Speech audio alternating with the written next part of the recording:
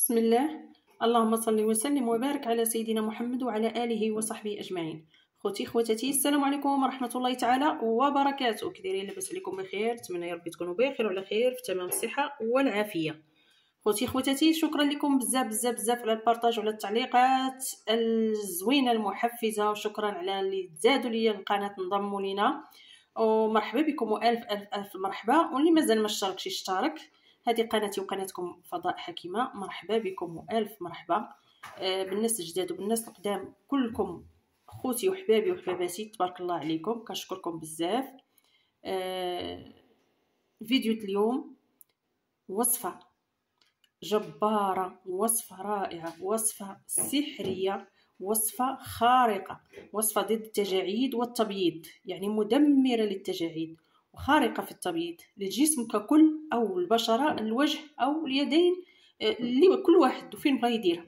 يعني وصفه رائعه رائعه بزاف كما قلت لكم للجسم ككل. وصفه خارقه، وصفه يعني كتعطي تبييض فوري، واللي ما صدقش يجرب. قالك من جرب صاب ومن كذب خاب. وصفه رائعه. سبق لي وعطيتكم وصفه ديال الحمص، الماء الحمص، سبق لي وعطيته لكم، يعني داك الماء اللي كنرقدوا فيه الحمص، عطيتكم وصفه منه وراه في القناه. اليوم حمص بالماء ديالو، غنطحنوا الحمص ان شاء الله. كما كتشوفوا عندنا وصفه طبيعيه 100%، وصفه رائعه، وصفه زوينه بزاف، غادي تعجبكم من اول استعمال. كنجيب لكم وصفات طبيعيه، يعني وصفات ما كتضرش البشره، وصفه اللي رائعه رائعه رائعه بزاف. كنتمنى تنال اعجابكم، وكنتمنى حتى نتوما تشجعوني بالتعاليق الزوينه ديالكم وبالبارطاج. واللي عنده شي وصفه وبغاني نحطها بالاسم ديالو نحطها، مرحبا يحطها لي في التعليق ونحطها له. مرحبا والف مرحبا. كما قلت لكم وصفه اللي رائعه، وصفه اللي غتشكروني عليها، وصفه اللي غتصدمكم في التبييض وفي التجاعيد، بجوج بهم غنضربوا عصفورين بحجره واحده. اذا الوصفه ان شاء الله طبيعيه كما قلت لكم. غندوزو المكونات ديالها وغندوزو الطريقه، وها نتوما معايا. الناس اللي تيقولوا لي كطولي علينا، سمحوا لي، كنعتذر منكم، سمحوا لي بزاف، هذا قانون اللعبه، خاصنا نطولوا شويه فيديو. شكرا لكم بزاف على سعه الصدر ديالكم، وسمحوا لنا وصبروا معنا شويه، الله يجازيكم بخير. اذا البنات ندوزو بسم الله على بركه الله المكونات ديال الوصفه. كما قلت لكم راه سبق وعطيتكم الوصفه ديال الماء الحمص. اليوم غناخذوا الحمص كله ان شاء الله، غادي نطحنوه كما كتشوفوها. واحد ندير الحمص بالماء ديالو، غادي ناخذوا معاه معلقه ديال النشا، دقيق نشا، ومعلقه ديال الحليب بودره، وغناخذوا معلقه ديال زيت الزيتون او زيت اللوز او اي زيت عندكم بغيتو ديروه. كاين زيت الورد، كاين زيت جوز الهند، كاين زيت اي زيت موجود عندكم ديروه، يعني غير كمرطب. الزيت مزيان في هذه الوصفه هذه ان شاء الله بحول الله. المهم عندنا الحمص بالماء ديالو، غناخذوه كله، غنطحنوه كله ان شاء الله. انتم معايا غادي تشوفوا الوصفه. عندنا معلقه ديال النشا، ومعلقه حليب بودره، ومعلقه ديال زيت الزيتون، يعني معلقه صغيره زيت زيتون. واي نوع من الزيت بغيتو ديروه، اي نوع من الزيوت عندكم بغيتو تستعملوها استعملوها، ما كاينش مانع، يعني الزيوت كلها مزيانه. غندوزو ان شاء الله الوصفه كما قلت لكم. غادي نطحنوا هاد الوصفه كامله بالحمص بالماء. غنديرها انا هنا في الخلاط وغادي نطحنها معكم، غادي نطحنها ونرجع لكم ان شاء الله بحول الله. انتظروني. كما كتشوفوا البنات انا طحنت الحمص، هنا هو كتشوفوه مطحون كامل بقشور وبالحمص بالماء ديالو بكل شيء. وربما بقى عندي هنا واحد القشره ندير نحيدها. خديت منه غير واحد الكميه اللي غنستعمل دابا.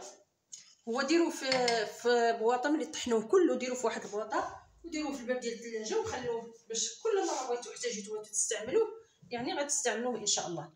ما كيخسر ما كيوقع له والو.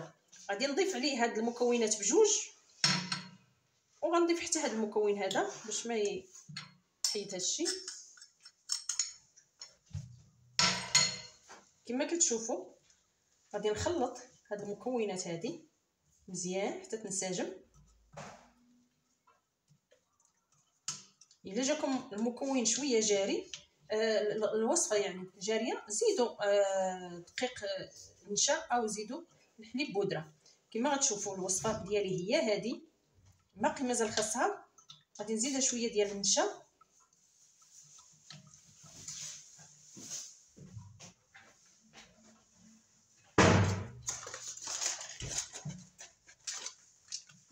النشا ديالنا هذا.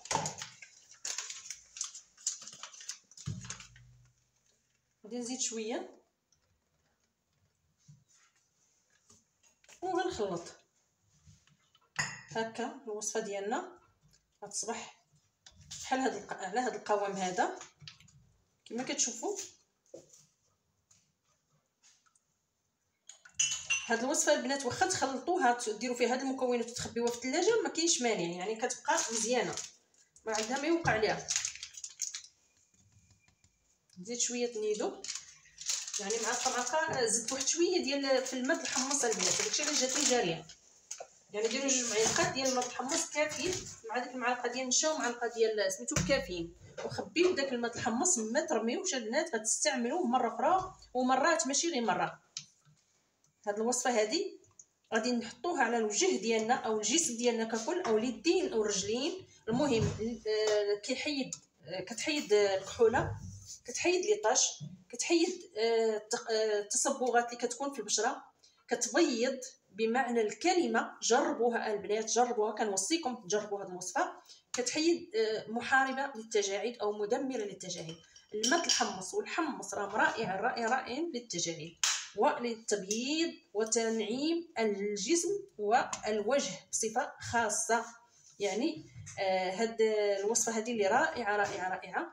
كنشدوا هاد الوصفه هذه كنحطوها مثلا على الوجه ديالنا، نغسلوا الوجه ديالنا نشفوه نقيو، كنحطوا الوصفه لمده 20 دقيقه وما فوق حتى كتنشف لينا الوصفه. عاد كنغسلوها، راه فيها الزيت البنات ما تخافوش منها، قلت لكم ضاعوا اي زيت عندكم.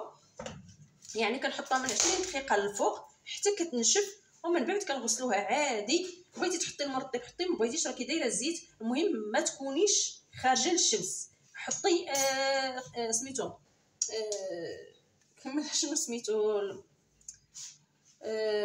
شنو سميتو واقي الشمس. حطوا واقي الشمس على وجهكم تكونوا خارجين تلفتوا. والله اختي خواتاتي الا مشات لي السميه، غتحطوا واقي الشمس ملي تكونوا خارجين. انا وديت لان هاد الوصفه هذه فيها الزيت كما كتشوفوا البنات. وصفه رائعه، وصفه مفيده، وصفه زوينه بزاف، وصفه سحريه للتجاعيد ولتبييض البشره. البياض خارق ومدمره للتجاعيد. هذه الوصفه ديالنا اليوم اخوتي خواتاتي. عجبكم الفيديو ديروا لايك، اشتراك، تعليق محفز او 2 ديال التعاليق. الله يكثر خيركم، وما تنسونيش من البارطاج. والى الفيديو القادم ان شاء الله. السلام عليكم ورحمه الله تعالى وبركاته.